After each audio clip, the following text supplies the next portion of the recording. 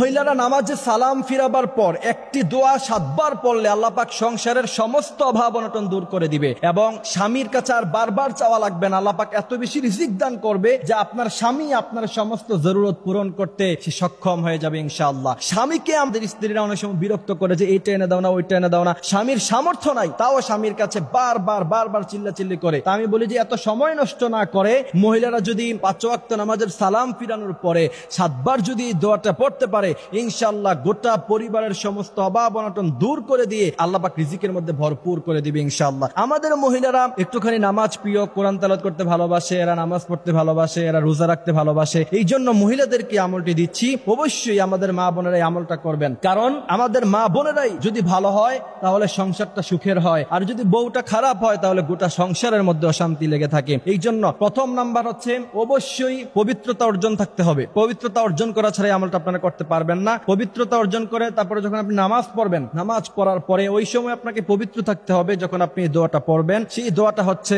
7 বার করে পড়বেন 5 ওয়াক্ত নামাজের পরে। ইয়া কাদিয়াল হাজাত, ইয়া কাদিয়াল হাজাত, স্পষ্টভাবে শুদ্ধভাবে লিখে নেবেন ইয়া কাদিয়াল হাজাত। এটা সুন্দরভাবে মুখস্থ করে লিখে নিয়ে তারপর ইনশাআল্লাহ আপনারা প্রত্যেক নামাজের পরে ইয়া কাদিয়াল হাজাত 7 বার করে পড়বেন এবং 3 বার পড়বেন আস্তাগফিরুল্লাহ রাব্বি মিন কুল্লি যামবি ওয়া আতুবু ইলাইহি লা হাওলা ওয়ালা কুওয়াতা ইল্লা বিল্লাহিল আলিয়্যিল আযীম। এই 3 বার আস্তাগফিরুল্লাহ পড়ার পরে ইয়া কাদিয়াল হাজাত পড়বেন। এরপরে দুরূদ ইব্রাহিম পড়বেন, দুরূদ শরীফ পড়বেন সাল্লাল্লাহু আলাইহি ওয়াসাল্লাম। নবী করিম সাল্লাল্লাহু আলাইহি ওয়াসাল্লাম বলেন, মান সাল্লা আলাইয়া ওয়াহিদাতান সাল্লাল্লাহু আলাইহি আশারা, যেই ব্যক্তি একবার আমার উপরে দুরূদ পড়ে আমি আল্লাহ পাক তার উপরে 10 বার রহমত নাজিল করি। সুবহানাল্লাহি ওয়া বিহামদিহি সুবহানাল্লাহিল আযীম। এই জন্য অবশ্যই এই দুরূদ পড়ার পরে যখন আপনার উপরে রহমত নাজিল হবে, তারপরে ইয়া কাদিয়াল হাজাত 7 বার পরে এরপরে আপনি আল্লাহর কাছে চাইবেন।